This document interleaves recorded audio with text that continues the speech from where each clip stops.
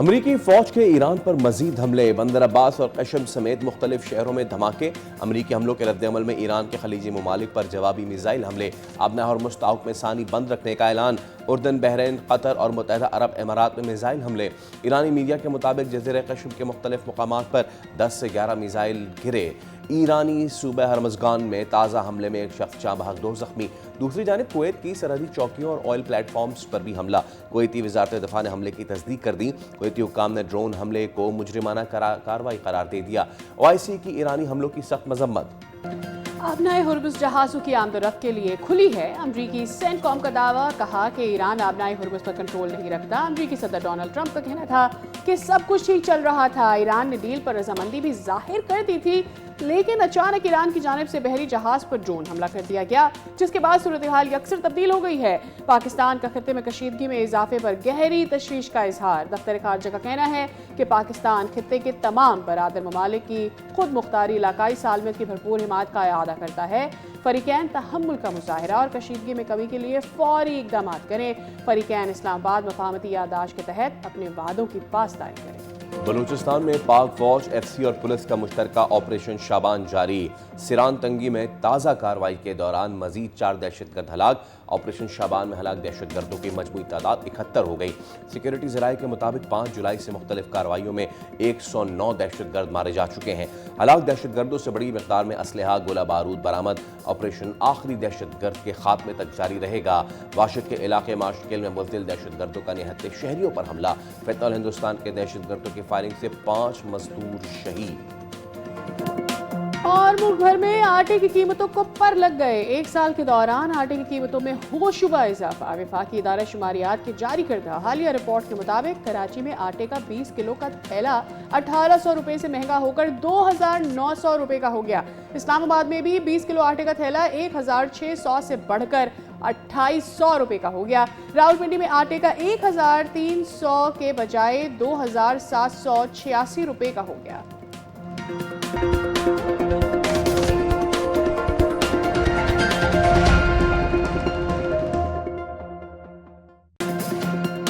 अस्सलाम वालेकुम, सुबह खैर, खुश आमदीद। दुनिया बोल है के साथ मैं हूँ सैयद फैसल करीम और मैं हूँ सादिया सैमसन। उम्मीद करते हैं कि आपकी सुबह का आगाज़ अच्छा हुआ होगा और आपका वीकेंड भी बहुत अच्छा गुजरा होगा। वाइल हम वीकेंड एंजॉय कर रहे थे, आप वीकेंड एंजॉय कर रहे थे, मौसम में बहुत ज़्यादा तब्दीलियाँ आई और जैसा एक्सपेक्ट किया जा रहा था ख़ास करके अपर एरियाज़ में कि वहाँ पर सैलाबी सूरत हाल पैदा हो सकती है, वैसे हुई। वेल, मानसून का नया सिलसिला शुरू हो चुका है। मुख्तलिफ इलाकों में मूसलाधार बारिशों का आगाज़ हो चुका है, जिससे कई शहरों में गर्मी की शिद्दत तो कम हुई है, लेकिन सैलाबी सूरत हाल भी पैदा हुई है। अर्बन फ्लडिंग और लैंड स्लाइडिंग के खदशात भी मजीद बढ़ चुके हैं। अब ऐसे में शहरियों को नशेबी और पहाड़ी इलाकों में एहतियात बरतने की हिदायत की गई है। आज लोग जब कराची में सुबह उठे होंगे तो उन्हें कंडीशन बहुत ही ओवरकास्ट नज़र आई होगी और सब यही सोच रहे होंगे कि अब हुई कि तब हुई, लेकिन कब होगी इसका असल फैसला तो महकमा मौसमियात करेगा। आगे चल के ज़रूर हम सवाल करेंगे अपने मौजूद मेहमान से कि आखिर कब होगी बारिश। इसके साथ ही हम आपको एक अफसोसनाक खबर भी देते हैं। कतर के साबिक़ अमीर शेख हमद बिन खलीफा सानी 74 बरस की उम्र में इंतकाल कर गए। शेख हमद 1995 से 2013 तक कतर के अमीर रहे। उन्हें जदीद कतर की तरक्की का मैमार करार दिया जाता है और अब कतर में 4 रोज़ा सरकारी सोग और सरकारी इदारे बंद रखने का ऐलान किया गया है। बिल्कुल, और पाकिस्तान के हवाले से आपको बताते चलें कि इजहार यकजहती के लिए एक रोज़ा कौमी शौक का ऐलान करते हुए कौमी परचम सरनगू रखने का फैसला किया गया है। और साथ ही वज़ीर आज़म या शहबाज शरीफ आज कतर जाकर कतरी क़यादत से ताज़ियत भी करेंगे। तो ये एक डेवलपिंग स्टोरी है। इसके ऊपर जब वज़ीर आज़म कतर जाएंगे, दौरा करेंगे, तो इस हवाले से भी आपको आगाह करेंगे। अब ज़रा तस्करा कर लेते हैं खेल के मैदान में क्या चल रहा है। वैसे तो बहुत सारे लोगों को दुख भी है और कुछ लोग बड़े खुश भी हैं। बहुत सारे लोगों की नॉर्वे से बड़ी उम्मीद है, किसी को अंडरडॉग स्टोरी पसंद होती है, लेकिन ऐसा हुआ नहीं। वेल, अब फैसला कुन मरहले में इवेंट दाखिल हो चुका है। दुनिया की 4 बड़ी फुटबॉल टीमों के नाम सामने आ गए हैं और शायकीन फुटबॉल को सेमीफाइनल लाइनअप मुकम्मल होने का इंतजार था, जो कि हो गई है अब मुकम्मल। एब्सोल्युटली। डिफाई चैंपियन अर्जेंटीना, इंग्लैंड, फ्रांस और स्पेन, यही है दुनिया की टॉप 4 और इन्होंने जगह बना ली इस वर्ल्ड की टॉप 4 पोजीशन पे। टाइटल की जंग हो गई है मज़ीद ज़बरदस्त और कहा जाए कि वो सारे वो जो अंडरडॉग ड्रीम्स थे वो एक तरफ हो गए हैं किसी ने अगर कोई 50वें नंबर की टीम दूसरे नंबर की टीम को हराए, वो मिरेकल भी अब साइड हो गया है। It's now 1-on-1। इसके साथ ही हमारे साथ आज शो में बॉक्सिंग चैंपियन आमिर खान भी होंगे, जो ना सिर्फ फुटबॉल पे गुफ्तगू करेंगे बल्कि कुछ अपने इरादों के बारे में भी बताएंगे। पिछले दिनों उनकी एक वीडियो सर्फिस हुई थी जिसमें उन्होंने कहा था कि वो लियारी आके सैमीज़ भी देखेंगे, तो चलिए उनसे भी हम आगे चल के बात करेंगे। But right now moving to our top story and that is international development. एक मरतबा फिर अमेरिका ने जनूबी ईरान के मुतादिद इलाकों में फ़िज़ाई कार्रवाइयाँ की हैं और ईरान ने ख़ित्ते में अमेरिकी फ़ौजी अड्डों पर विज़ाविज़ हमलों का, ड्रोन हमलों का जो है वो ऐलान भी किया है और उन्होंने हमले भी किए हैं। अब ये हुआ क्या कुछ है? बंदर अब्बास, सिरिक, जासिक और दीगर इलाकों में धमाके हैं। ऐसे में अमरीकी सेंट्रल कमांड ने यह दावा किया है कि ईरान की फ़िज़ाई दिफा, मिसाइल, ड्रोन और शायली अहदाफ तबाह कर दिए हैं। दूसरी जानिब ईरान ने बहरीन और उर्दून में अमरीकी अड्डों पर मिसाइल और ड्रोन हमलों का दावा किया है। एट द सेम टाइम ईरानी जो पासदारान इनकलाब के मुताबिक जवाबी कार्रवाइयाँ जारी रहेंगी और इसमें ईरान का ये कहना है कि अमरीकी हमलों ने सफारती कोशिशों को सैबोटाज किया है। ताज़ा हमलों के बाद जो ऑब्वियसली एक्सपेक्ट किया जा रहा था कि होगा, हमने देखा कि आलमी मार्केट में तेल की कीमतों में बढ़ोतरी हुई है और इस हवाले से एक्सपर्ट्स ये कह रहे हैं कि अगर कशीदगी बरकरार रहती है तो आलमी मंडी में तेल $80 फ़ी बैरल से तजावुज़ कर जाएगा। बट मीनवाइल ईरान ये कहता है कि हमने कहा था कि अगर वादा खिलाफी की गई तो जवाबी कार्रवाई के लिए भी अमरीका तैयार रहे। इस सारी सूरत हाल पर हम बात कर लेते हैं। डॉक्टर उस्मान वड़ाइच साहब हमारे साथ मौजूद हैं। आप माहिर हैं बैनुल-अक़वामी अमूर के लिए। डॉक्टर साहब बहुत बहुत शुक्रिया आपके वक्त के लिए। सर, ओवर द वीकेंड बहुत सारी डेवलपमेंट्स हुई और हम ये एक्सपेक्ट कर रहे थे कि जिस तरह के डोनाल्ड ट्रंप साहब के बयानात थे कि ईरान हमसे बात करना चाहता है, ईरान सीज़ फायर की तरफ वापस जाना चाहता है, कल उनका एक ताज़ा परसों बयान आया और वो ये कहते हैं कि जी ईरान हमें ये कह रहा है कि उनसे गलती हो गई, कुवैत के ऊपर वेसल के ऊपर हमला करके, ड्रोन हमला करके, हम ये करना नहीं चाहते थे और वो अब बातचीत की तरफ आना चाहते हैं। वेरएज़ ईरान ये कहता है कि जवाबी कार्रवाई तो होगी अगर वादा खिलाफी होगी।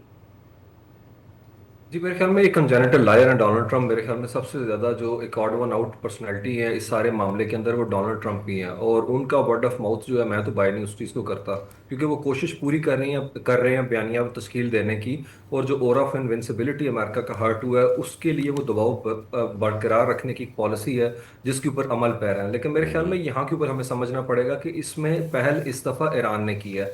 ईरान इस चीज़ को मेक श्योर करेगा और वो कर रहा है कि हम इसे वेपनाइज करके रहेंगे अपना खुरमस को, और यहाँ से जितनी नेविगेशन है बहरी आमदोरफ्त है उसका तरीकाकार ईरान ही डिसाइड करेगा। प्रॉब्लम यहाँ पे आती है जब अमेरिका कोशिश कर रहा है पिछले 3-4 वीक से ओमान के साहिल से रात के वक्त वो जनूबी जो अपना रास्ता है जो कि उन्होंने क्रिएट किया वहाँ से जहाज़ों को गुजारने की, लेकिन ईरान का कहना यह है कि जो इंटरनेशनल मैरीटाइम के असूल हैं उसके मुताबिक शुमाली रूट को ही इस्तेमाल करना पड़ेगा और वहाँ पे हम चेक पॉइंट बनाएंगे जिसकी इंस्पेक्शन जो है IRGC करेंगे। इस बात के ऊपर तो अब यूरोप भी सोच रहा है कि फीस देने की बात भी मतलब they are pretty much comfortable with कि अगर फीस भी देनी पड़ेगी ट्रांजिट फीस तो हम देने को तैयार हैं।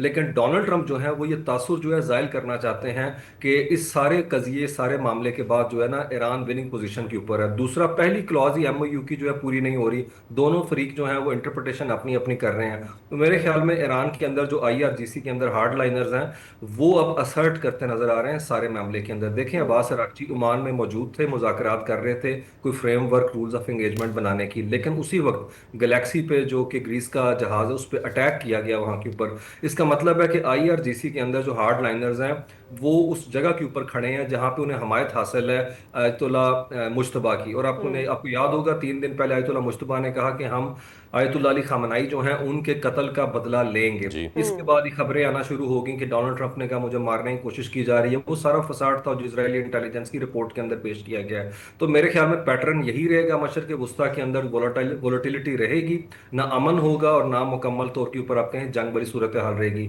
लेकिन हाँ, अभी का जो तीसरा हमला था, ये जो अभी हमने देखा, ये लो इंटेंसिटी वॉर नहीं करार दिया जा सकता। अच्छा। जिस तरीके से 90 मुकामात को उन्होंने एंगेज किया, हिट किया, इवन जवाबी तौर के ऊपर मेरे ख्याल में सबसे ज्यादा सिग्निफिकेंट पॉइंट है ईरान ने इंटरसेप्टर्स को हिट किया, ईरान ने उनके 5th फ्लीट को हिट किया बहरीन के अंदर, उसके अलावा जॉर्डन के अंदर उन्होंने हिट किया अमेरिकन बेस को, और यहाँ पे उनकी एयर बेस जो है उसको हिट किया उन्होंने जिसमें उनके सेंसर्स जो है काम कर रहे थे उनको डैमेज किया, कुवैत के अंदर है।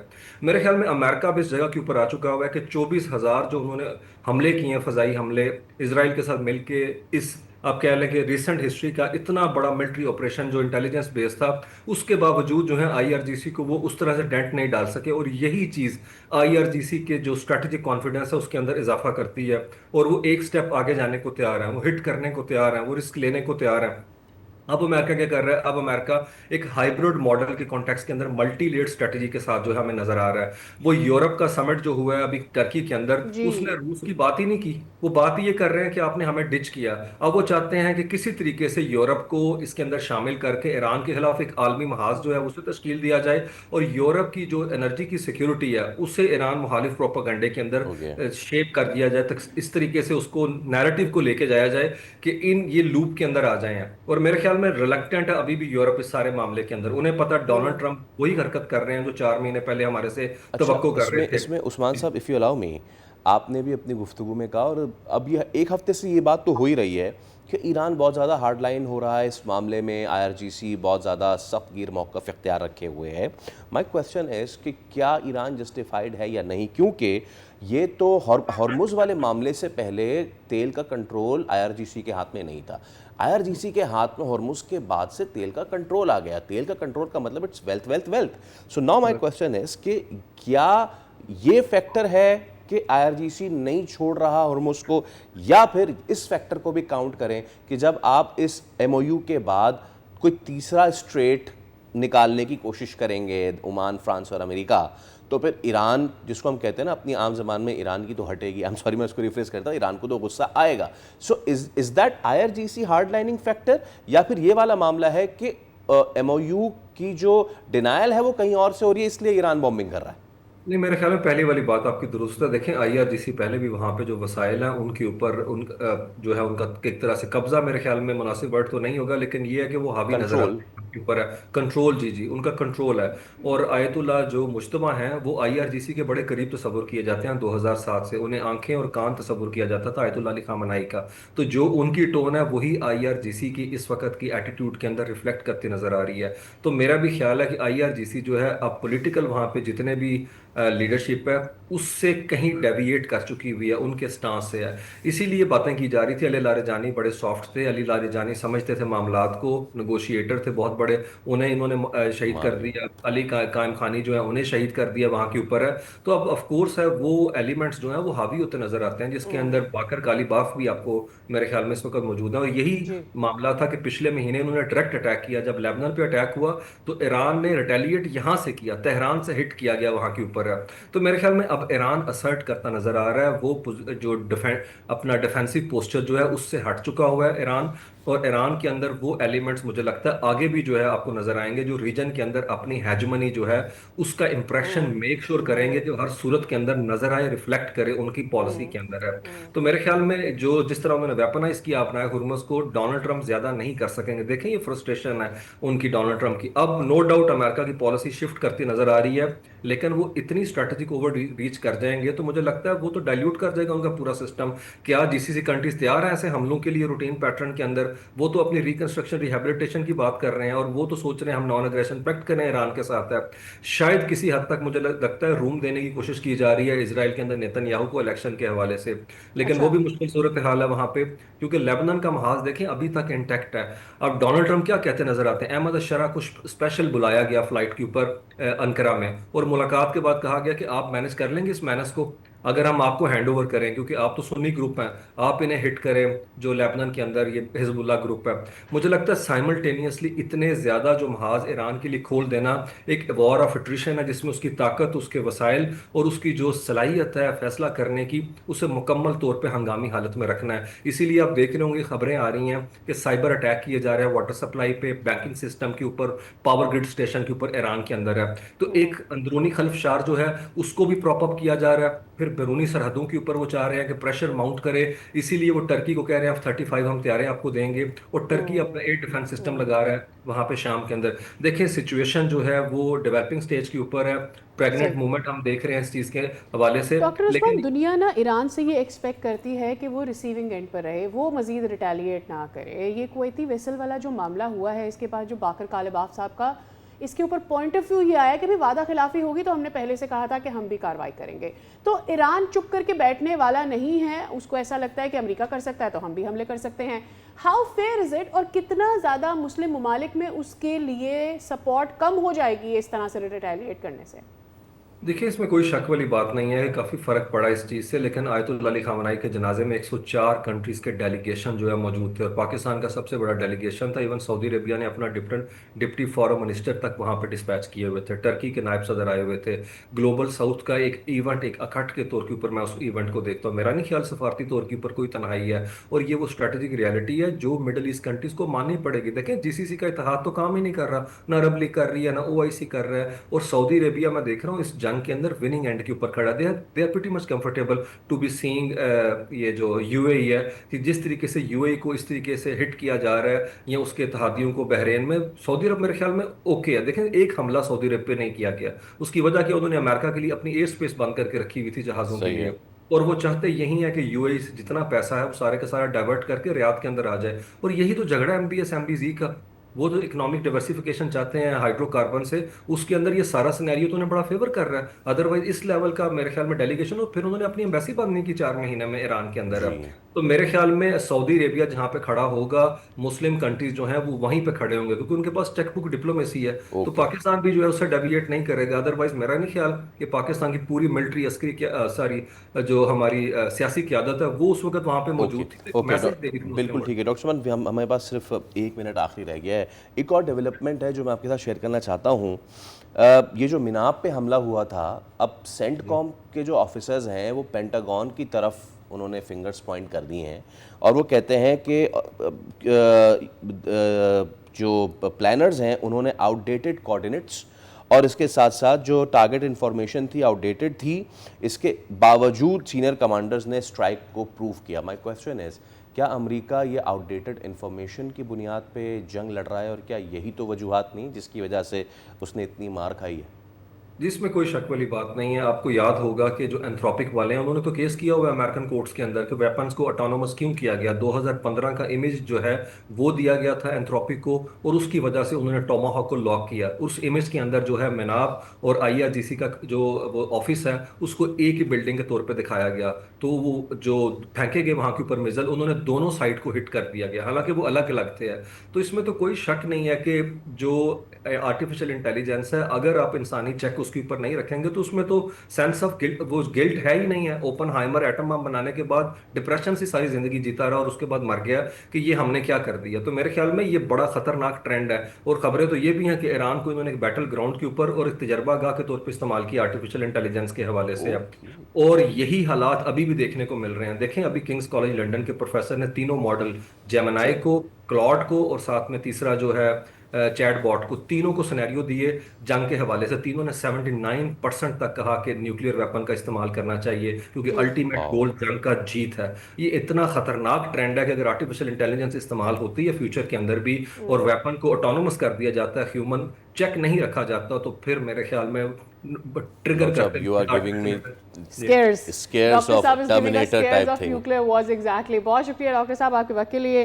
It was very insightful to have you on the show. अब देखते हैं कि मशरिक़ वस्ता की सूरत हाल बदलते वक्त के साथ किस तरफ जाती है। ले रहे हैं एक ब्रेक, स्टे विद अस।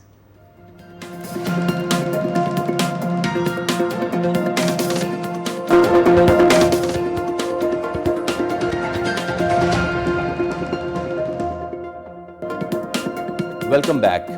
पिछले दिनों खबर ये आई बलूचिस्तान से कि वाशक के इलाके माशकेल में 5 मज़ीद मज़दूरों को हलाक कर दिया गया है। अब सवाल यही है कि इन मज़दूरों का क्या कसूर था, क्योंकि 5 जुलाई से ऑनवर्ड्स जो इस वक्त सिक्योरिटी फोर्सेस का ऑपरेशन शाबान है वो पूरी शिद्दत से जारी है, और पाक फ़ौज, FT बलूचिस्तान पुलिस मुश्तरका कार्रवाइयाँ तो कर रही है। लेकिन जब इस तरह की सिचुएशन आती है तो फिर दिल मज़ीद गिरफ्ता हो जाता है कि आखिर आम जो आदमी है उसका क्या कसूर है सारे मामले में। एब्सोल्युटली। और जो लोग वहाँ दिहाइयों से रह रहे हैं, अब जब उनको भी तंग किया जा रहा है, ख़ास करके हम नॉर्थ वेस्टर्न एरियाज़ की जब बात करते हैं तो वहाँ की सूरत हाल क्या क्या बनेगी, इस पर बात कर लेते हैं। हमारे साथ ब्रिगेडियर मसूद अहमद साहब मौजूद हैं। ब्रिगेडियर विकास, बहुत शुक्रिया आपका फॉर योर टाइम। सर, ये जो सूरत हाल ताज़ा तरीन बन रही है, इस पर ऑपरेशन शाबान पूरी आबोताब के साथ जारी है और यकीनी तौर पर हमारी फोर्सेस को एक्शन लेना है, लेकिन जिस तौर से इन लोगों को निशाना बनाया जा रहा है, ख़ास करके जो मज़दूर हैं निशाना बनाया जा रहा है, रेजिडेंट्स को तंग किया जा रहा है जो दिहाइयों से वहाँ रह रहे हैं, उनके लिए क्या सूरत हाल बन रही है अब? जी बहुत शुक्रिया। देखें कि जो अभी हम देख सकते हैं जिस तरीके से इंडियन ड्रा की प्लानिंग है और अफगानिस्तान की सॉइल यूज हो रहा है, तो साइमल्टेनियसली हमने देखा है बलूचिस्तान में स्पेशली दो टेररिस्ट ग्रुप्स है। एक फितरत हिंदुस्तान ने भी हमला किया और एट द सेम टाइम फितरत ख्वारिज ने भी हमला किया। और फितरत ख्वारिज के अगेंस्ट जहाँ ऑपरेशन शाबान जारी है, स्पेशली जियारत वाले एरिया में, वहाँ पर उन्होंने किया। और फिर हमने देखा बलूचिस्तान साउथ की तरफ बेला वाली साइड में या दूसरे एरिया खुलदार वाली साइड में, वहाँ पर फितरत हिंदुस्तान ने हमला किया। और इन सब का मकसद देखें कि chaos एंड कंफ्यूजन क्रिएट करना, खबर बनानी होती है, स्पेशली जब एक नई डायमेंशन आप ऐड करते हैं। और प्रीवियसली हमने देखा था कि पहले उन्होंने जो वहाँ के रहने वाले हज़ारे टारगेट होते रहे, इसके बाद फिर अब पश्तून जो बलूचिस्तान के हैं वो टारगेट हुए, स्पेशली माइनिंग, जहाँ पे कोल माइनिंग होती है वहाँ उन एरियाज जी। में। और पंजाबी जितने थे पास में बड़े टारगेट होते रहे, तुर्बत में हुए हैं, नौशकी में हमने देखा कि वो टारगेट हुए हैं, बारखान में टारगेट हुए हैं, मूसा खेल में टारगेट हुए हैं, और इसके अलावा सिस्तान बलोचिस्तान ईरान के अंदर भी, वहां भी जो लोग काम करने गए थे वो वहां पे भी टारगेट हुए। तो बेसिक मकसद क्या है कि एक तो ये जो इंडियन रॉ समझती है कि एक internal rift with in Balochistan में पश्तून्स और जो हैं बलोचों के दरमियान क्रिएट किया जाए। दूसरा फिर आप एक डिवीजन क्रिएट किया जाए विद पाकिस्तान के अंदर, जब आप पंजाबियों को टारगेट करते हैं, एक नैरेटिव आप पुश करते हैं। सो ये एक इंडियन रॉ का ओवरऑल एक कंसेप्ट है जिसके वो पुश कर रहे हैं, ताकि एक इंटरनल खबर बनाई जा सके, कयास एंड कंफ्यूजन और खौफ पैदा किया जाए, पाकिस्तान को बलूचिस्तान को ब्लीड किया जाए और बलूचिस्तान की तामीर और तरक्की को रोके, गवर्नर को रोके, सी पैक को रोके, ताकि एटलीस्ट अगर देखें डेवलपमेंट बलूचिस्तान में होगी, एम्प्लॉयमेंट मिलेगी, लोगों को रोजगार मिलेगा, तो ये दहशतगर्दी की सही, तरफ जो लोग एक्सप्लॉइट हो रहे हैं वो नहीं वो होंगे। नहीं जाएंगे। तो वो इंडिया नहीं चाहता, यही अफगानिस्तान नहीं चाहता, और यही उनकी कोशिश है कि ये इस तरह के वाकयात हो। लेकिन अज़म पुरज़म है, सिक्योरिटी जी, फोर्सेस जी। है, गवर्नमेंट ऑफ पाकिस्तान पुरज़म है। और जिस तरीके से ऑपरेशन शाबान जारी है, और स्पेशली ये जो फोकस है ऑपरेशन शाबान का, ये कोयटा के नॉर्थ ईस्ट का एरिया बनता है, जिसमें जियारत का एरिया है, और इसके साथ साथ ये हरनाई का एरिया है, फिर पीछे कोलू लगता है। और इन एरियाज में देखे, और फिर आगे हिना उड़क का एरिया था, ये पीसफुल एरियाज थे। जी, तो यहाँ पे थे, जिस तरीके से कॉम्बिंग ऑपरेशन है, ग्राउंड फोर्सेस हैं, इस एक जॉइंट ऑपरेशन है, पाकिस्तान आर्मी इसको लीड कर रही है, इसमें एफसी भी है और पुलिस भी शामिल है और आर्मी एविएशन भी शामिल है। तो कॉम्बिंग ऑपरेशन है और बड़े कामयाबी के साथ जारी है। All and right. और जो भी यहाँ पे इस एरिया में दहशतगर्द होगा, और यकीनन एलिमिनेट होगा। एब्सोल्युटली। ब्रिगेडियर साहब, मैं थोड़ा सा इसको मज़ीद माइन्यूट अगर डिटेल करूं, हालात जो दहशतगर्द हैं, जिस किस्म की वेपनरी उनसे निकल रही है, उसमें से एक बहुत काबिल ज़िक्र है, please correct me if I am wrong, it's M4 carbine. कौन उस द सॉल्ट राइफल, कौन इसको मैन्युफैक्चर करता है, कौन खत्ते में छोड़ के गया है? माई क्वेश्चन इज़ कि ये जो फितनल हिंदुस्तान, फितनल खवारिज वाली जो यहाँ पे एक कॉम्बिनेशन बनी थी under raw nexus, the BLA and the TTP, उसमें अगर द लेफ्ट वेपन जो उसका भी अंसर आ जाएगा, हाउ डेडली इट बिकम्स। और हम ऑपरेशन शाबान तो now it's the physical operation ना, लेकिन इसके पीछे ये वाली जो चीज़ें हैं उसको किस तरीके से टैकल किया जाए सर? देखिए Faisal, there is a great game going on inside Afghanistan, yes. और अफगानिस्तान पास में भी एक ग्रेट गेम का हिस्सा रहा है, और वहाँ पे बहुत सारे कुव्वतें हैं जो कंट्रोल करने की कोशिश कर रही हैं, खित्ते को डिस्टेबलाइज करने की कोशिश कर रहे हैं। और इसमें ऐसे ऐसे ममालिक हैं जो आप समझते हैं आपके दोस्त हैं, लेकिन बिहाइंड द सीन वो आपको आपके दर पे हैं कि आपको नुकसान पहुंचाने की कोशिश कर रहे हैं।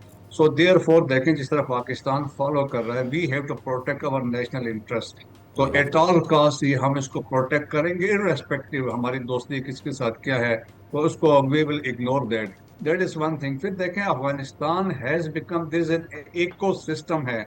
दहशत गर्दी जो वहां पे एक इंडस्ट्री बन चुकी है, चाहे वो फितना और खारिज है, फितना और हिंदुस्तान है, दे आर हायरिंग मर्सनरीज। क्योंकि जब उनको आप पैसे देते हैं, उनको बताते हैं डेड बॉडी के पीछे इतने dollars, specially when you will kill a Baloch, और फिर इसके बाद जब पंजाबी को आप मारते हैं या पश्तून को मारते हैं तो आपको इतना पैसा मिलेगा। तो ये सारा कुछ है, क्योंकि उससे एक खौफ, एक पैनिक क्रिएट करना चाहते हैं, और साइमल्टेनियस जब ऐसी एक्टिविटीज करते हैं तो ये मुश्किलात होती है। लोगों के जहन में ये सवाल आता है यार कि देखें बलूचिस्तान में कभी इधर से खबर आती है, कभी उधर से खबर आती है। We must understand Balochistan is 43% of Pakistan, such a vast area. It खाली इज। 40 डिस्ट्रिक्ट जो बलूचिस्तान का है वो खैबर पख्तूनख्वा के बराबर है। So it is humanly not possible to monitor and control each and every area जो वहां पे बनता है। सो देयरफॉर होता ये है कि रिएक्शन टाइम डिपेंड करता है। दैट्स वाई कि अज़्म इस्तेहकाम का कंसेप्ट दिया गया था कि everybody has to play their role, चाहे वो पुलिस है, वो चाहे वो लेवीज है, डिस्ट्रिक्ट राइट। एडमिनिस्ट्रेशन है, और फिर देन एफसी रिएक्ट करती है, आर्मी रिएक्ट करती है, उसमें टाइम है। लेकिन इसके बावजूद हमने देखा है एफसी का जो रिएक्शन टाइम हमेशा तेज रहा है एज कम्पेयर टू बाकी सिविल आर्म फोर्सेस के हिसाब से। सो एक तो वो फैक्टर है। फिर देखे अंदर से ये है कि लोकल फैसिलिटेटर्स भी शामिल है जो इनको फैसिलिटेट करते हैं। बेस ऑफ ऑपरेशन तो देखें अफगानिस्तान है, वहां से आते हैं, तो मेरा ख्याल में फिर इनिशिएटिव इनके पास होता है, दहशतगर्दों के पास इनिशिएटिव होता है, सरप्राइज का एलिमेंट भी इनके पास होता है क्योंकि वो एम्बुश लेकर के बैठे होते हैं। सो तो मेरा ख्याल उस पॉइंट ऑफ व्यू से ये जानी नुकसान भी ठीक। होता है, शहादतें भी होती हैं, लेकिन देखें कि कुर्बानी तो यकीनन देनी होगी for the sovereignty and integrity of the country, तो उसके लिए कोई दो राय नहीं है। बहुत शुक्रिया ब्रिगेडियर साहब आपके वक्त के लिए। यकीनी तौर पर हाल ऐसी है जो कि कशीदा हो रही है, लेकिन at the same time Pakistani forces जो हैं वो मुकम्मल तौर पर डट कर इसका मुकाबला भी कर रहे हैं। वहाँ मौजूद जो रेजिडेंट्स हैं वो अपनी मदद आपके तहत भी वहाँ पर पहले इनिशिएट कर चुके हैं कि उनकी प्रॉपर्टी को किसी तौर भी नुकसान ना पहुँचाया जा सके। यहाँ पर ले रहे हैं एक ब्रेक, हमारे साथ लेंगे।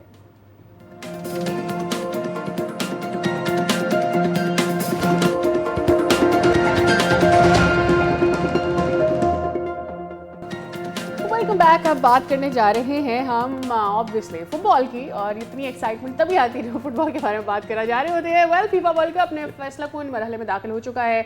सेमीफाइनल लाइनअप मुकम्मल हो चुकी है। 4 सेमीफाइनलिस्ट हमारे सामने हैं, that is France, Spain, Argentina, और उसके साथ होगा कौन फाइनल में? 3 Lions England in the semifinals. Yeah. दौड़ बड़ी दिलचस्प हो गई है और इंग्लैंड ने नॉर्वे को शिकस्त दी। दोबारा से आ गया कि यार ये फिर नॉर्वे के साथ जो है वो थोड़ा सा डिचिंग हो गई है, लेकिन अब तो जो हो गया है इस वर्ल्ड कप में उसके आगे ये क्या ही है। और दूसरे मैच में अर्जेंटीना ने, it was a cake walk, obviously Switzerland को उन्होंने हरा दिया और वो अब आगे जा चुके हैं। स्पेन और फ्रांस ने भी अपने अपने मैचेस जीत के सेमीफाइनल के लिए वो पहले ही क्वालिफाई कर चुके थे। So it's a very legendary lineup. World number 1, world number 2, world number 3, world number 4, everyone will be at each other, और बहुत ही तगड़े मुकाबले होने जा रहे हैं। वेल, 2 दिन का तो रेस्ट है, लेकिन इसके साथ साथ सादिया एक ज़बरदस्त बात और हुई है, वो ये कि पाकिस्तानी निजात जो आलमी शोहरत याफ्ता बॉक्सर है आमिर खान, उन्होंने ये ऐलान किया है कि भाई वो आएंगे लियारी और वहाँ पे फीफा वर्ल्ड कप का वो सेमीफाइनल दे। You know, when we talk about Aamir Khan and Lyari तो बॉक्सिंग आती है, but he is coming to watch the football and all. This is very interesting, बहुत मजा ये मेरे ख्याल में 2 धारी तलवार है। ऑब्वियसली वो अपनी प्रमोशन के लिए तो जो यहाँ पर बॉक्सिंग के लिए वो आते हैं वो आएंगे, but the season is world cup, तो ऐसा कैसे हो सकता है कि आप लियारी का रुख करें और फीफा वर्ल्ड कप का जिक्र ना हो और वहाँ जाकर ज़रूर उन सेशंस पे सेटअप्स ना हो। तो हमारे साथ आमिर खान मौजूद है। अस्सलाम वालेकुम, सुबह खैर, बहुत शुक्रिया आमिर आपके वक्त के लिए। सबसे पहले तो आपको पाकिस्तान में खुशामदीद कहते हैं। आप लियारी में आवाम के साथ सेमीफाइनल देखने जा रहे हैं। कैसे ख्याल आया कि इस टाइम पर विजिट करना है पाकिस्तान में जो फीफा वर्ल्ड कप चल रहा होगा, तो बॉक्सिंग से ज़्यादा फुटबॉल की बात ही हो रही होगी? I mean, look, लियारी जाऊंगा बिकॉज उधर मुझे पता है पर वो इवेंट्स फुटबॉल का लोग उधर गए, और सो मैंने भी देखा, और इंशाल्लाह मैं भी जाऊंगा लियारी बंदे के साथ और बच्चे के साथ बैठूंगा उधर देखूंगा फुटबॉल। सो मैंने सोचा अच्छा होगा हमारे लिए, यू नो, और पाकिस्तान के लिए भी अच्छा होगा बिकॉज फॉर एग्जांपल ये प्रमोट करेगा स्पोर्ट को, फुटबॉल को प्रमोट करेगा। So that's why I want to be part of this, you know. मैं भी, you know, I am from England में ऐसे भी फैन जोन्स होते हैं, फुटबॉल मैचेस होते पर पाकिस्तान में भी होना चाहिए सो इस दफा लियारी में होगा so that's why I want to be part of it Aamir, कौन सी फेवरेट टीम है, किसको सपोर्ट कर रहे हैं आप, और क्या चाहते हैं, किन दो टीम्स को फाइनल में देखना चाहते हैं, and please predict your winner as well.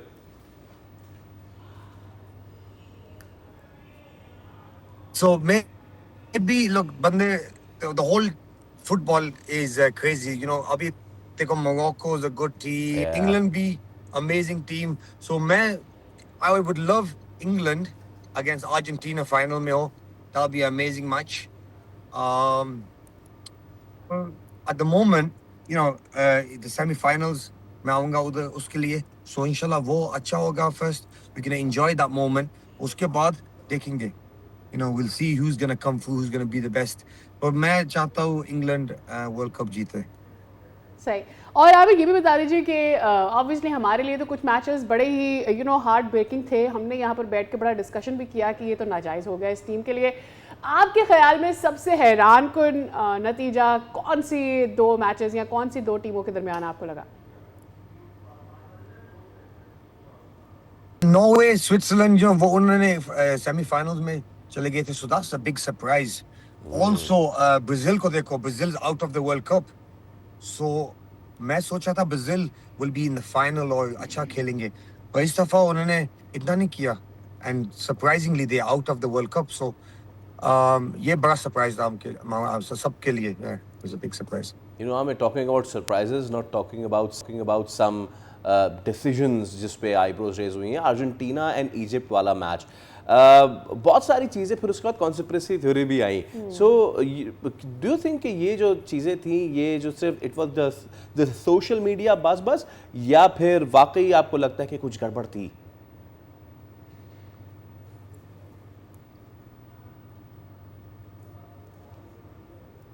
ना नहीं देखा था ये मीडिया में बहुत बंदे बोल रहे थे इसके बारे में। I mean, look, yeah, Egypt game, Argentina game, you know, it was, yeah, maybe kuch tha usme. There must have been something wrong in that game. I don't think Egypt ne acha khela tha, but obviously the winners were Argentina. But there was something wrong there. So maybe उन्होंने बोला भी था वो investigation करेंगे, तो देखेंगे क्या होगा। तो it's a shame Egypt is out of the World Cup now, but कोई गड़बड़ थी उधर। Yes, there was some problems. Right. Aamir, आप ऑब्वियसली लियारी जाएंगे। लियारी को फुटबॉल का हब कहा जाता है। वैसे तो बहुत सारी हम देख रहे हैं कि एथलीट्स वहाँ से निकलकर सामने आ रहे हैं, चाहे ऑब्वियसली बॉक्सिंग के हो या सो ऑन। बट आपको लगता है कि अगर एक अच्छा माहौल दिया जाए लियारी को, तो वहाँ से बहुत सारे एथलीट निकल सकते हैं, बहुत सारे फुटबॉलर्स निकल सकते हैं? Yes. तो मुझे like I have confidence है पाकिस्तान फुटबॉल में अच्छे हो सकते हैं। उनके पास अभी देखो लियारी में कितने बंदे फुटबॉल खेलते, पसंद करते, बॉक्सिंग में भी, पर इतना सपोर्ट नहीं मिलता स्पोर्ट्स में। सब कुछ बस क्रिकेट है। सो सब लोग बोल, that's why हम नहीं वो improve हो सकते this quick, or we can't को ऐसी चीजें को इंशाल्लाह बन जाएंगे। You know, we will get some champions. All right. In big Amit, competitions like World you Cup. told about the Liari and the boxing relation. तो मुझे बताएं, आपका कोई प्लान है फ्यूचर में यहाँ कोई एकेडमी, बॉक्सिंग एकेडमी कायम करने का?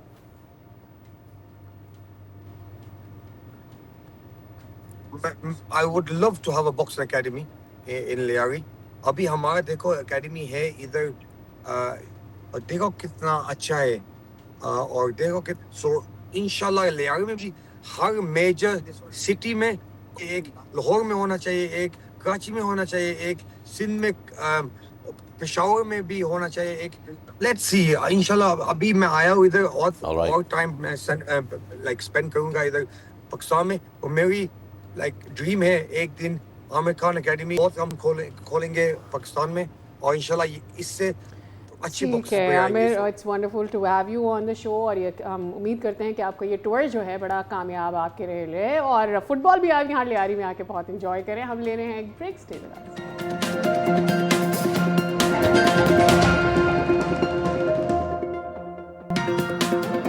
Welcome back. हम कराची के बारे में बात करते रहते हैं, और अफसोस इस बात का होता है कि जब भी हम कराची के बारे में बात कर रहे होते हैं उसमें ज़्यादातर मौके ऐसे होते हैं जब कराची की मरहूमियों का जिक्र हम ज़्यादा कर रहे होते हैं। दुनिया भर के काबिल रिहाई शहरों की नई आलमी दर्जाबंदी में कराची एक बार फिर निचले दर्जे के शहरों में शामिल हो गया है। इकॉनमिस्ट इंटेलिजेंस यूनिट की ग्लोबल जो लिवेबिलिटी इंडेक्स 2026 के मुताबिक कराची 173 में से 170वें नंबर पर रहा है। जी हाँ, अमन व अमान, सेहत, इंफ्रास्ट्रक्चर, शहरी सहूलियात, ये वो 5 बेसिक हेडर्स थे जिनकी बुनियाद पे कराची को ये स्कोर दिया गया है। No other better person to talk on this issue then साबिक एडमिनिस्ट्रेटर कराची फ़हीम ज़मान ख़ान हमारे साथ मौजूद हैं। गुड मॉर्निंग फ़हीम साहब, बहुत शुक्रिया आपके वक्त के लिए। फ़हीम साहब, आपकी नज़रों से भी ये रिपोर्ट लाजमन गुजरी होगी। अब इसमें जो हमें स्कोर मिला है, let us see it as a report card. हमें 100 में से 43 मार्क्स मिले हैं, जिसमें हेल्थ केयर में से 54, कल्चर एनवायरनमेंट में से 36, एजुकेशन में we are doing very good 75, infrastructure is 52। I wonder कि 52 भी कैसे मिल गए। The most important thing is stability sir, और जिसमें आपका crime, terrorism, political unrest, civil disturbance, violent incidents आते हैं। हमारी हुकूमतें तो ये कहती हैं कि देखें कराची में हम कितनी तब्दीली ले आए हैं, अब उस तरह के वाक़यात नहीं होते। स्टेबिलिटी से शुरू करते हैं। स्टेबिलिटी के मामले में फ़हीम साहब, हम बॉटम 10 कंट्रीज़ जो हैं, हम जिम्बाब्वे से भी पीछे हैं, हम पापुआ न्यू गिनी से भी पीछे हैं, हम नाइजीरिया से भी पीछे हैं। कराची के जो अमन व अमान की सूरत हाल है वो अफ्रीका से भी बदतर है।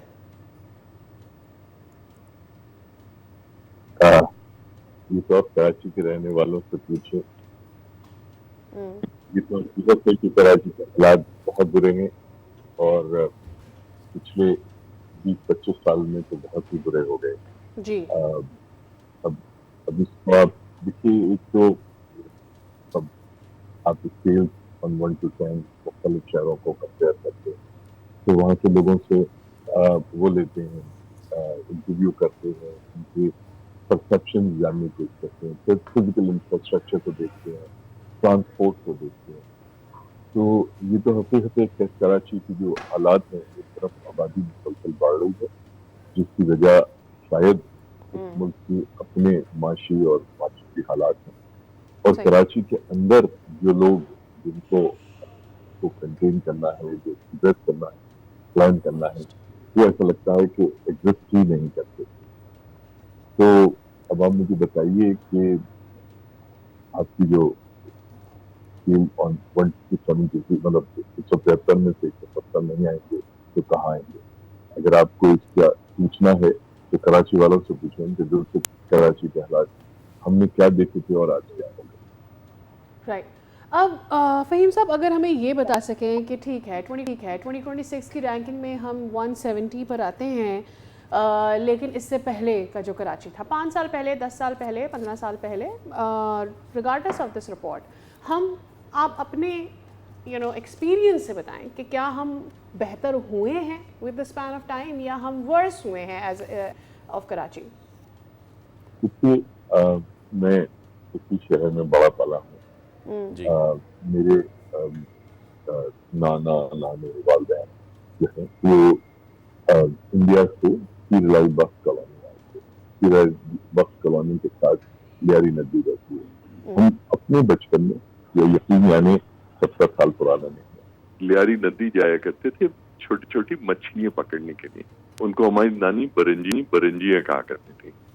ये शहर इतना पुरसुकून था कि मैं और मेरे 2 कजिन्स जो हैं, हम अगर कपरी सिनेमा या निशात सिनेमा कभी मूवी देखने जाते थे, देर हो जाती थी, तो हम लिटरली पैदल फुटपाथ पे चलते हुए, इंतहाई खूबसूरत हवा चल रही, कोई प्रॉब्लम नहीं, हम वॉक करते थे ऑल द वे कपरी सिनेमा से या प्रिंस सिनेमा से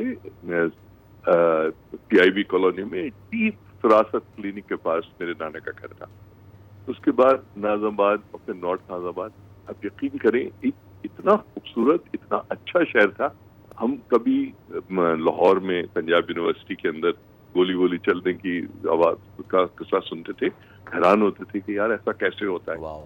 मगर फिर वक्त के साथ साथ हमने देखा कि कराची जो है, जो शायद पेरिस ऑफ द ईस्ट कहलाता था, उसको आपने 173 में से 170वें नंबर पे ले आए।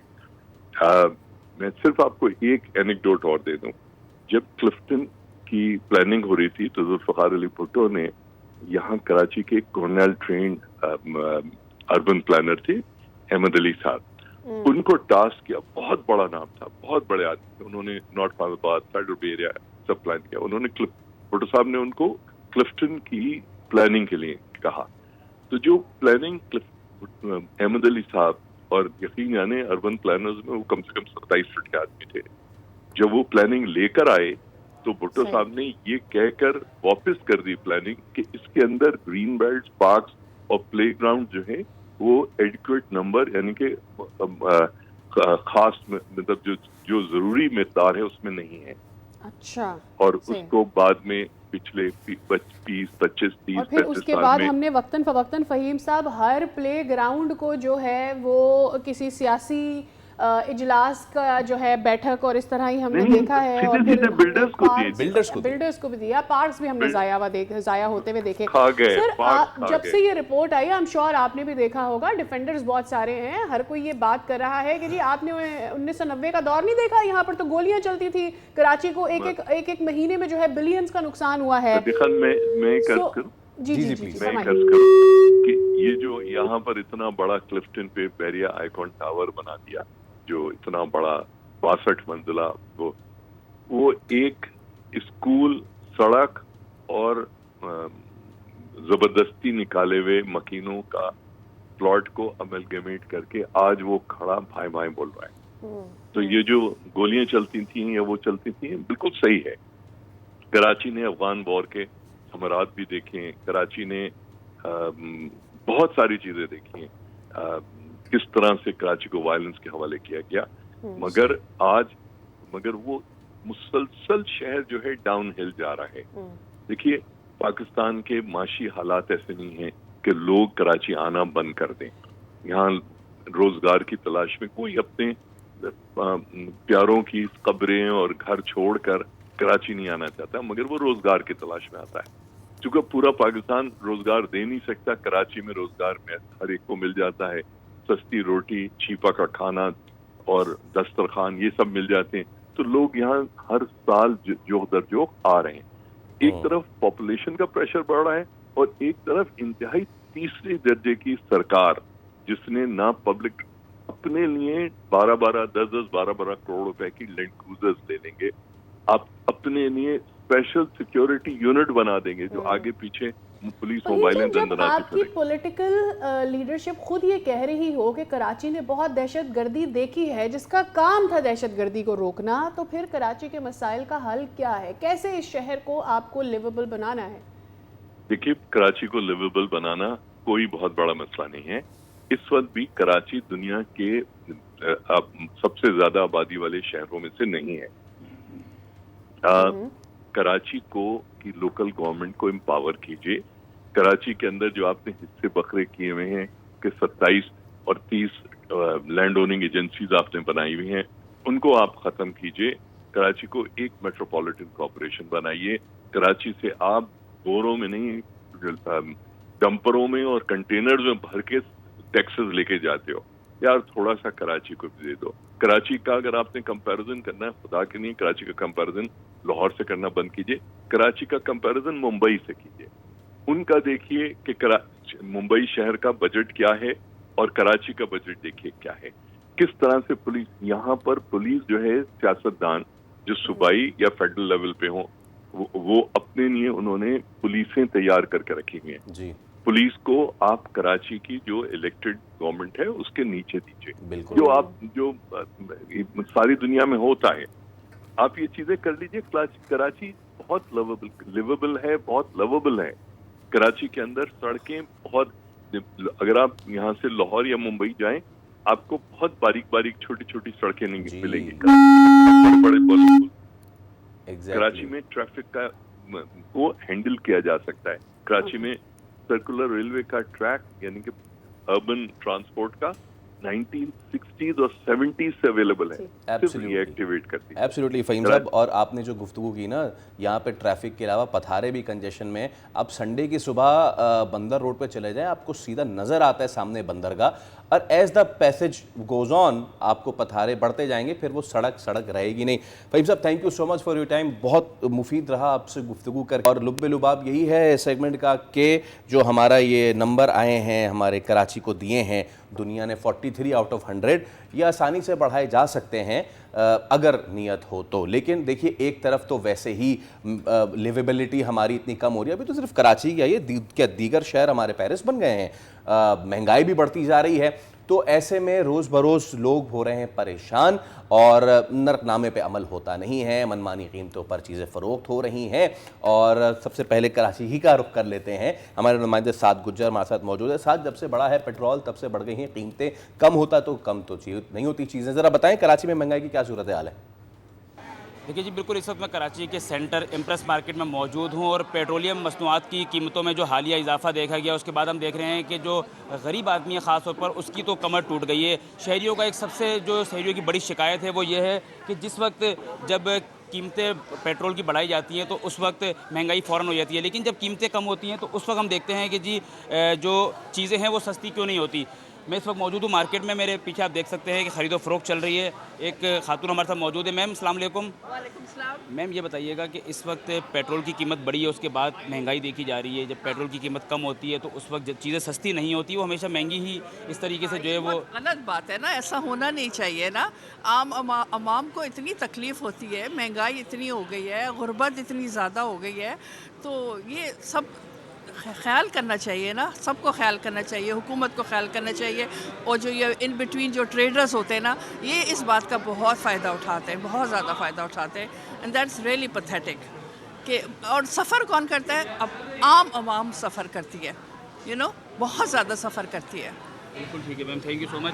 देखिए जी, जो खातून हमारे साथ मौजूद थी, इनका यही बताना था कि पेट्रोल की कीमतों में जब इजाफा हुआ तो हर चीज़ महंगी हो गई और गरीब की पहुंच से दूर हो गई, लेकिन जब पेट्रोल की कीमतें कम की जाती हैं तो उस वक्त कोई भी चीज़ सस्ती नहीं होती। और यही वजह है कि चाहे सब्ज़ी हो या फिर फ्रूट या फिर रोज़मर्रा की ज़िंदगी में इस्तेमाल करने वाली कोई भी अशिया, वो एक मरतबा जब उसके रेट फिक्स हो जाते हैं तो फिर पेट्रोल के बढ़ने का इंतज़ार होता है और वो चीज़ महंगी से महंगी तर होती चली जाती है और एक आम आदमी की पहुंच से दूर हो जाती है। जी, इम्प्रेस मार्केट से साद गुजर हमें बता रहे थे कि क्या सूरत हाल है महंगाई की, लोग कितने परेशान हैं। चलें अब चलते हैं लाहौर, वहाँ जान लेते हैं कि जो पेट्रोलियम मसनूआत की कीमतों में इजाफे के बाद महंगाई हुई है, अफजाल अब्बासी से कि कितने लोग खुश नज़र आ रहे हैं इसके ऊपर कि किस तरह से प्राइसेस बढ़ाई गई हैं। वेल अफजाल, आपकी तरफ आते हैं। पहले तो आवाम के लिए ये बड़ा तोहफा था कि पेट्रोलियम नीचे आई नहीं थी, लेकिन अब दोबारा बढ़ गई है, कीमतें ऊपर चली गई, क्या सूरत हाल है?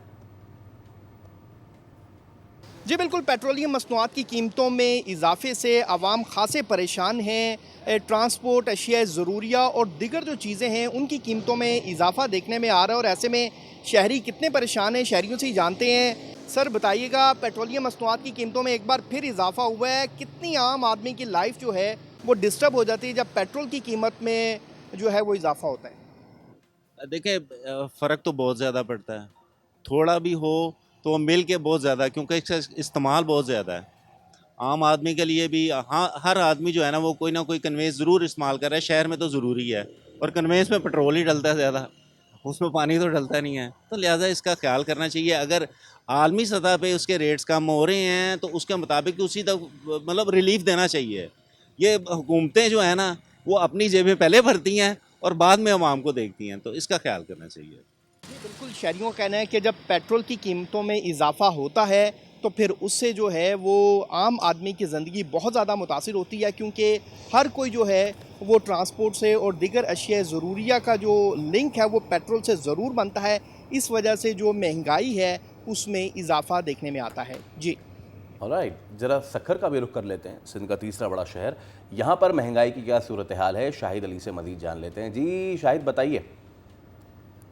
जी, पेट्रोलियम मसनूआत की कीमतों में इजाफे से महंगाई जो है वो एक मरतबा फिर जो है जोर पकड़ रही है। माजी में जो जिस तरह तेल की कीमतों में इजाफा हुआ था उससे महंगाई बहुत ज़्यादा बढ़ गई थी। किराए बढ़ गए थे, ट्रांसपोर्टेशन का जो नरखनामा था वो भी बढ़ गया था। मुख्तलिफ शहरों में आने जाने वाले किराए जो है उनमें जो इजाफा हुआ था वो आज तक कम नहीं हो सका।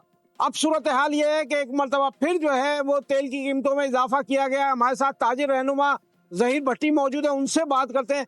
आप बताएं क्या सूरत हाल देख रहे हैं? तेल की कीमतों में एक मरतबा फिर इजाफा हुआ है, महंगाई फिर जो है वो सर उठा रही है। सर देखिए, सबसे पहले तो कहानी ये थी कि जब पेट्रोल के रेट दुनिया में बढ़ रहे थे उस वक्त हुकूमत ने क्या किया, 100 रुपए 150 रुपए बढ़ा दिए। अब जब पूरी दुनिया में पेट्रोल रेट कम हुए तो रेट कम होने पे क्या किया जी, 1 रुपया 1.5 रुपया कम करके आवाम पे रिलीफ दे दिया। अब फिर 15-13 रुपए बढ़ा दिए। तो इससे बढ़ाने से क्या होता है कि महंगाई भरपूर बढ़ जाती है, ट्रांसपोर्टेशन किराए महंगे हो जाते हैं। तो ये जो आवाम के और बम है, ये समझ लो कि पेट्रोल बम गिरा दिया दोबारा महंगाई का। तो इससे हम आवाम को कोई फायदा नहीं हुआ, नुकसान है। आवाम को नुकसान है, ये बात दुरुस्त है कि जो माजी में किराए बढ़े थे उसमें तो कोई कमी हो नहीं सकी। अब एक मरतबा फिर तेल की कीमतों में इजाफा हुआ है और फिर ठीक है, रक्षा वालों ने शायद कराची हो, लाहौर हो या सक्खर, हर जगह है महंगाई ही महंगाई। अवाम दे रहे हैं दुहाई। इसी के साथ हम ले रहे हैं एक ब्रेक। हमारे साथ रहिए। अदावत।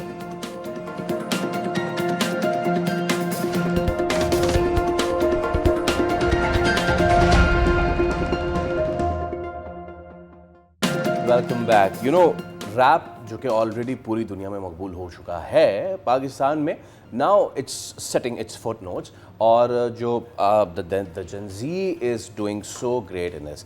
अब पाकिस्तान की बात कर लें तो तला अंजुम, तला यूनुस और ईवा बी जैसे जो फ़नकार हैं, उन्होंने पाकिस्तानी रैप को आलमी सतह पर पहचान दिलाई है। और इसीलिए you know what we try to do is कि हम भी इसमें अपना हिस्सा डालें। तो बोल पे होने वाला एक बहुत ही ज़बरदस्त talent hunt programme that is Studio Hub, वहाँ पे ऐसे बहुत सारे नौजवान आए और उन्होंने जो है अपनी टैलेंट का मुजाहरा किया। Let's see a bit about this and then we'll introduce you to our guest.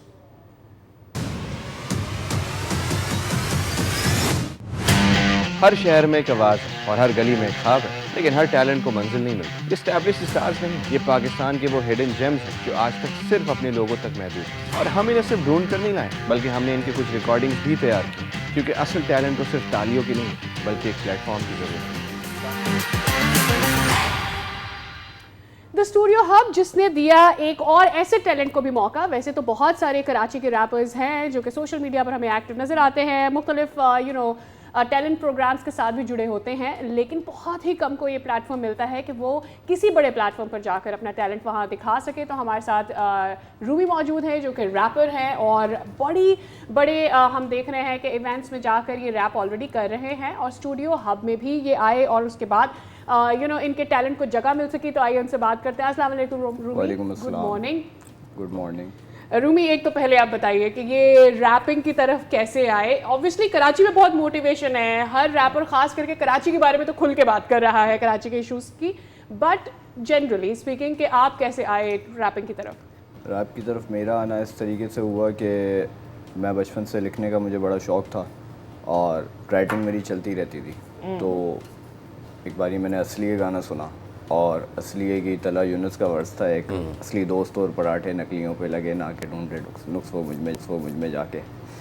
तो टीवाई की वो लाइन जो है ना, वो उस टाइप की ही शायरी मैं करता था, बिकॉज ऐसी बात है बहुत छोटा था तो मेरी पोइट्री जो है वो मेच्योर नहीं थी। तो हम दोस्त आपस में बैठे होते तो वो दोस्ताना शायरी चल रही होती थी कि स्कूल में मैं उससे कह रहा हूँ, वो मुझे कह रहा है। तो वो फिर टीवाई के वर्सेस याद करके आ रहा है और मुझे हार्डकोर वर्सेस मार रहा है, मुझे बुरा लग रहा है कि यार लाइक ही इज़ डिसिंग मी। तो मैं टीए के याद करके जा रहा हूँ, मतलब अंजुम के याद करके जा रहा हूँ। तो उस तरीके से रैप में इंटरेस्ट बढ़ने लगा। देन आई थिंक यार क्यों मुझे ये नहीं करना चाहिए जब मैं लिख खुद सकता हूँ।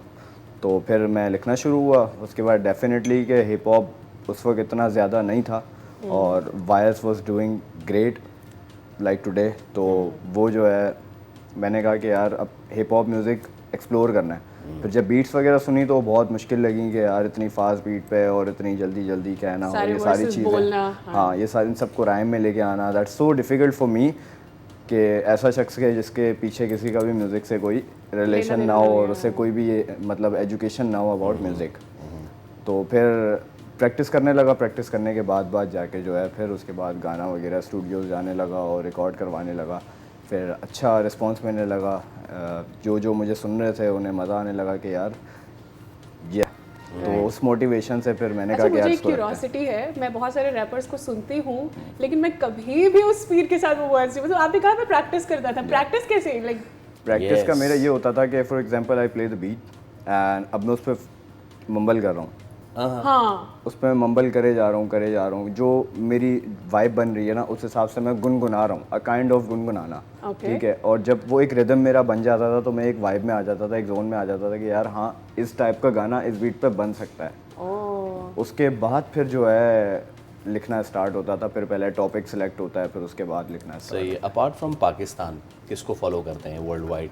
वर्ल्ड वाइड अगर बात की जाए तो मैं ट्रेविस को सुनता हूँ, और इंडिया की अगर बात की जाए तो इंडिया में मैं कृष्णा को सुनता हूँ और रफ्तार को सुनता हूँ, डिवाइन को सुनता हूँ। रफ्तार, मुझे ये बताएं, अभी ऑफ द कैमरा हम बात कर रहे थे तो आपने कहा कि यहाँ के नौजवान तो सुनते ही हैं, इंडिया के नौजवान भी सुनते हैं। You know our Coke Studio, our music, our dramas, वो वहाँ पे इंडियंस उनको बहुत ही ज़्यादा पसंद करते हैं। हमारे रैप का, आई नो तलंजम is so favourite over there, हमारी रैप भी उतनी ही पॉपुलर है वहाँ पे? इंडिया में रैप का बहुत क्रेजी सीन है, बहुत मतलब ज़्यादा। अगर देखा जाए बेसिकली तो माना ये जाता है, मतलब मेरे कमेंट सेक्शन में भी बहुत कमेंट्स ऐसे हैं कि people side like Indian side के भाई पाकिस्तान में टैलेंट बहुत क्रेजी है, इंडिया में वैसा टैलेंट नहीं है, बट इंडिया वाले सपोर्ट करते हैं प्रॉपर। भाई जो इंडिया का सपोर्ट है वो पाकिस्तानी मैं ऑडियंस अगली यही आपसे पूछना चाह रहा था कि देखें जैसे यहाँ पे स्टूडियो हब आया बोल का, ठीक है, मुझे ये बताएं कि पाकिस्तान में उस तरह के प्लेटफॉर्म्स ना जिस तरह the live Studios and all, उस तरह की चीज़ें हैं इस टैलेंट को करने के लिए, या फिर आप ये समझते हो कि यार this is a sort of underground battle thing, उसको वही रहना चाहिए, वहीं पे ये प्रमोट होगा? नहीं, उस पर आप देखें ना, अब हमारे पाकिस्तान में Verse Karachi, Qalam Karachi, these are cypher communities, ठीक है, और वो इस कदर पे अब पहुंच चुकी हैं, स्नैच पे पहुंच चुकी हैं कि मिस्टर मोस्ट्रीम उसे ज्वाइन कर रहे होते हैं। Wow. They call them like in the music videos and they are promoting communities. तो यहाँ पे तो ऐसा सीन है कि साइफर्स बहुत चल रहे हैं, मतलब हर शहर में अब साइफर कम्युनिटी बन चुकी है। LHCA लाहौर की जो XVG SLA चला रहे हैं, लेकिन इंडिया में ये सीन है कि इंडिया में मैंने देखा है अभी रिसेंटली लेगेसी शो रफ्तार और कृष्णा का स्टार्ट हुआ है, the guys are calling contestants and taking auditions, तो वो बहुत अच्छे अच्छे आर्टिस्ट उसमें आ रहे हैं और फिर वो उन्हें सिखा भी रहे हैं और उन्हें प्रमोट भी किया जा रहा है। ज़ाहिर सी बात है, एक दिन में 1 मिलियन व्यू लगा है उस पर लेगेसी पे, तो वो उस तरीके से वहाँ भी प्रमोशन चल रही है। लेकिन जिस तरीके का जज्बा और जुनून मैं देखता हूँ स्पेशली कराची में है ना रैप को लेके, वो कहीं भी नहीं है। राइट, एंड बहुत ही रियल टाइम कंटेंट है, बहुत ही क्लोज टू रियलिटी कंटेंट है। जब हम कराची का जो खास तौर पे लड़कों की रैपिंग हम देखते हैं, before we go towards your journey के स्टूडियो हब तक कैसे पहुंचे और फिर वहाँ पर कैसे एक्सपीरियंस रहा, अगर हम आपका थोड़ा सा रैप सुन सकें प्लीज़। अच्छा, अभी सुना दें? हाँ जनाब। एंड मीनवाइल जब तक कि वो डिसाइड कर रहे हैं कि उनको अपना कौन सा रैप हमारे साथ शेयर करना है, I just want to play a beat. Okay, why not? Go on, we'll be waiting for you कि आप जल्दी से अपनी नोन बीट को प्ले करें और फिर आप अपना रैप स्टार्ट करें हमारे साथ। वैसे Faisal, I had not thought कि ये इतना कितना शुरू में जब रैप आया था लोग इसको पार्ट ऑफ म्यूजिक तो थे, लोग इसको बहुत ही मजाक में उड़ा दिया करते थे। ये दिस इज साइड की खबर है, but now it is the main thing. Absolutely, ये वो टाइम था जब पाकिस्तान में तो ऑब्वियसली पॉप म्यूजिक को ही जगह नहीं मिल रही थी, तो उस टाइम पर रैप को कैसे, डू यू रिमेंबर फखरे आलम, पंगड़ा पाओ, सब पंगड़ा पाओ, तो लोग जो ऑब्वियसली क्लासिकल सुनने वाले लोग थे उन्होंने इसको बहुत उनको बुरा लगा था कि यार ये किस तरह का म्यूजिक है, तो छछोरा म्यूजिक है। और खैर बहरहाल अब देखें दुनिया जो रैपर्स हैं वो इस वक्त सबसे महंगे आर्टिस्ट हैं, you know, they are making more money than the classical singers at. और जितना जेनजी में और हमारी आने वाली जनरेशन में इसका एक फीवर है, आई एम श्योर उसको वो ड्यू रिस्पेक्ट अब मिलना शुरू हो गई है। और जब हम ये रूमी से बात करें, Rumi are you ready? Meanwhile okay fine, we will listen to you first. There you go. It's a sad song, मैंने अभी रिसेंटली लिखा है। ओके,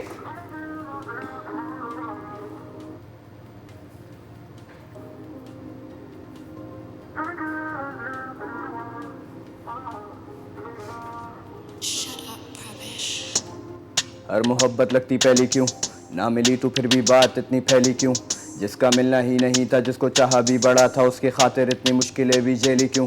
किस्मत खुदा लिखे फिर वो खुद से खेली क्यों? अपनी किस्मत ने ही जान मेरी ले ली क्यों? हर तरह का चेहरा सामने तो सब लगे हसीन, लेकिन हर मोहब्बत लगती मुझे पहली क्यों? किसको फुर्सत इतनी मुझसे बहस करे जो मेरा वजूद साबित करके मुझसे लड़े जो? जिंदगी के लिए ज़रूरी है अब बात करना, बातचीत ना करे जो सबसे पहले डरे वो। अब किसकी पेशी में तुम आके खड़े हो, अब किसके लिए इतनी दुआ पड़े वो? ये दुनिया दो टके की चीज़ है, मैं उंगली पकड़ाता हूँ बाजू खुद ही आगे आके मेरे करे वो। तुम्हारे नाम किस निशान से बेसरोकार, तुम्हारी याद में हम छोड़ चुके घरोबार। ये गीत लिखा करता था मैं तेरी याद में, अब गीत लिखता तुझ पे मेरा बन चुका है कारोबार। अब उसकी याद में कुछ रंग मुझ में भरो यार, ज़्यादा कुछ नहीं कंसिस्टेंसी से तुम बस करो काम। पैसा क्या चीज़ इतने बदला मेरा भाई, और जो काम मैंने रियल उसको कमरे से ही करो बार। बोलना तू ज़्यादा, रूम फुल ऑफ आर्टिस्ट मेरा कमरा अब कुशादा। बैग्स फुल ऑफ डॉलर्स में यारों पे लुटाता, बॉटल्स फुल ऑफ लेकर एक ही रात में मुकाता। तसव्वुर रखा कि तुम आ ही गए, गम बांटने निकले तो सब सुना ही गए। ना कोई वादा रहा पूरा, ना कोई कसम पूरी रही, सारी दुनिया झूठी है ये तुम बता ही गए।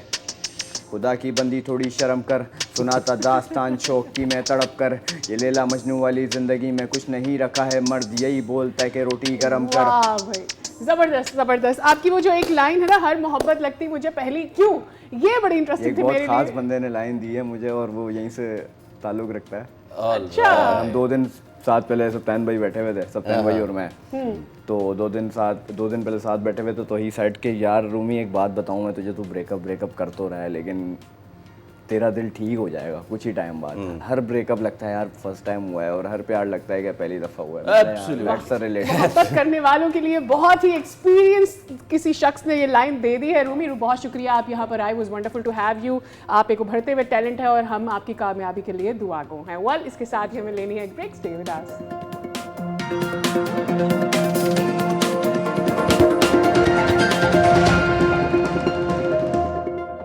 Welcome back. पाकिस्तान में स्मार्ट मशरूम फार्मिंग के मंसूबे फ़रोग पा रहे हैं, और ये मशरूम ज़मीन में नहीं बल्कि बैग्स में उगाए जाते हैं, यानी कि कम खर्चा और बहुत सारा मुनाफा। यस, और ये हो कहाँ रहा है? ये हो रहा है वादी कलाश में, और उनकी खातीन जो हैं ये ज़बरदस्त काम कर रही हैं। तो मशरूम फार्मर इरफान उल्लाह जान हमारे साथ मौजूद हैं। इरफान, अस्सलाम वालेकुम, बहुत शुक्रिया। इस प्रोजेक्ट के बारे में थोड़ा सा बताइए, कब से ये हो रहा है? वालेकुम अस्सलाम, बहुत शुक्रिया। ये मंसूबा Drosh institute of computer and technical education Chitral, जो गुज़श्ता 25 बरसों से नौजवानों ख़वातीन को जदीद फ़नी महारतें फ़राहम कर रहा है। हमारा मकसद सिर्फ़ तरबियत देना नहीं, बल्कि तरबियत को पायदार आमदनी में तब्दील करना है। सरहद रूरल सपोर्ट प्रोग्राम और डिफेट के माली ताउन से कैलाश वैली बुम्बुरेत में इस साल मई के महीने से ये प्रोग्राम शुरू किया गया था। इस प्रोग्राम के तहत 12 कैलाश ख़वातीन को क्लाइमेट स्मार्ट मशरूम फार्मिंग की अमली तरबियत दी गई। इनको मेयारी स्पॉन फराहम किया गया, घरों में इनकी फार्मिंग शुरू कराई गई। आज खुशी की बात यह है कि इन ख़वातीन के मशरूम बैग से फसल आना शुरू हो गई है, जो इस बात का सबूत है अगर दुरुस्त तरबियत और रहनुमाई फराहम की जाए तो दूरदराज इलाक़ों के ख़वातीन भी कामयाब कारोबार शुरू कर सकती हैं।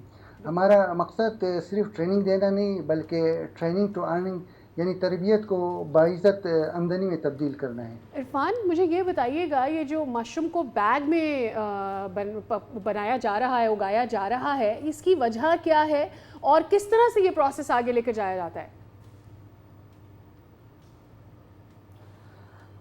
मशरूम की काश्त ज़मीन में नहीं बल्कि भूसे से भरे हुए बैग में की जाती है, क्योंकि इस तरीके से सफाई, नमी, दर्जा हरारत को बेहतर अंदाज में कंट्रोल किया जा सकता है। अगर कमरे का दर्जा हरारत 20 से 25 सेंटीग्रेड के दरमियान रहे तो एक बैग से औसतन 1 किलोग्राम से 2 केजी तक मशरूम हासिल किया जा सकता है। इरफान, इसका जो हाईलाइट है वो कलाशी ख़वातीन हैं, उनको इस प्रोजेक्ट के थ्रू कैसे एम्पावर कर रहे हैं आप लोग? इस मंसूबे का सबसे बड़ा असर ख़वातीन की माशी खुद मुख्तारी है। पहले इन ख़वातीन के पास घर बैठे आमदनी का कोई मुस्तकिल ज़रिया मौजूद नहीं था। अब वो अपने घरों में मशरूम पैदा करी, अपनी खुराक को भी बेहतर बना रही है, इजाफी पैदावार फ़रोख्त करके अच्छी आमदनी भी हासिल कर रही है। इस मंसूबे ने कैलाश ख़वातीन को एक जदीद ज़रिया हुनर दिया, इनका एतमाद बढ़ाया, इन्हें मकामी मईशत का फ़ाल हिस्सा बनाया। माशी तौर पर अगर देखा जाए शोबे को, किस तरह का कारोबार है, कितना मुनाफा बख्श है और ख़वातीन को इसने किस तरह से फ़ाइनेंशियल फ़ायदा दिया है? मशरूम फार्मिंग कम सरमाया लेकिन अच्छी आमदनी वाला कारोबार है। एक बैग की तैयारी में तकरीबन 80 रुपये लागत आती है, जबकि मुनासिब माहौल में यही बैग 1 से 2 किलोग्राम मशरूम पैदा करता है। मार्केट में मशरूम की कीमत तकरीबन 1000 से 1200 रुपये फ़ी किलो है। इसी हिसाब से एक बैग अपनी लागत से कई गुना ज़्यादा आमदन दे सकता है। असल फ़ायदा सिर्फ मुनाफा नहीं है, बल्कि ये कि ख़वातीन घर बैठे बाइज़्ज़त रोज़गार हासिल कर रही हैं, ख़ानदान की ग़िज़ाई ज़रूरियात। ये बताइएगा कि ये जो मशरूम है लोकल कंजम्पशन के लिए है या फिर कोई एक्सपोर्ट करने के लिए चलती है?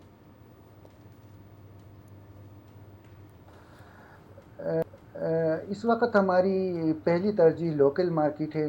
ख़ुसूसन कैलाश वैली में सियाहत बहुत तेज़ी से बढ़ रही है।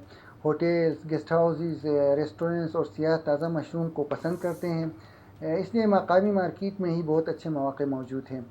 मुस्तक़बिल में जब पैदा तो हम खुश्क मशरूम, वैल्यू एडिड मसनूआत की बैनुल-अक़वामी मार्केट तक रसाई के इम्कानात को भी देखेंगे। हमारा विजन है कि पूरे चित्राल को हम क्लाइमेट स्मार्ट मशरूम बहुत बहुत शुक्रिया। हम उम्मीद करते हैं कि ज़्यादा से ज़्यादा ख़वातीन जो है इसमें इंक्लूड की जाएँ और उनको एम्पावर किया जा सके। और इसके साथ ही हमारे शो का वक्त हो गया है ख़त्म। मुलाकात होगी कल, दीजिए इजाज़त, खुदा हाफ़िज़।